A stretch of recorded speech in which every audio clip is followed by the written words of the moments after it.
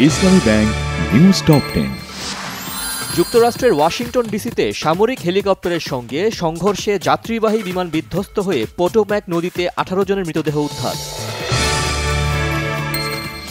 নির্বাচন কমিশনে সিইসির সঙ্গে বৈঠক করেছে ইউরোপীয় ইউনিয়নের প্রতিনিধি দল, ভোটারদের আস্থা ফেরানোর আহ্বান।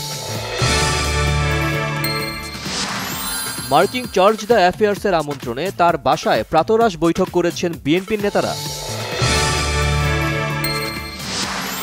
বিএনপির সিনিয়র যুগ্ম মহাসচিব রুহুল কবির রিজভী বলেছেন, সরকারের ঢিলেঢালা মনোভাবের কারণেই আবার ফিরে আসার স্বপ্ন দেখছে শেখ হাসিনার দোসররা।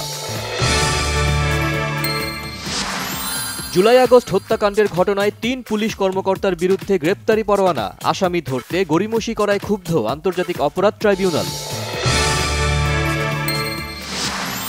গাজীপুরে টিউলিপ টেরিটরি সহ বিলাসবহুল বাংলো বাড়ির বিষয়ে শেখ রেহানা, শফিক আহমদ সিদ্দিক ও তারেক আহমদ সিদ্দিকের বিরুদ্ধে দুদকের অনুসন্ধান শুরু। বিশ্ব ইজতেমার প্রথম পর্ব শুরু হচ্ছে কাল, চলছে শেষ মুহূর্তের প্রস্তুতি। তুরাগ তীরে সমবেত হচ্ছেন মুসল্লিরা।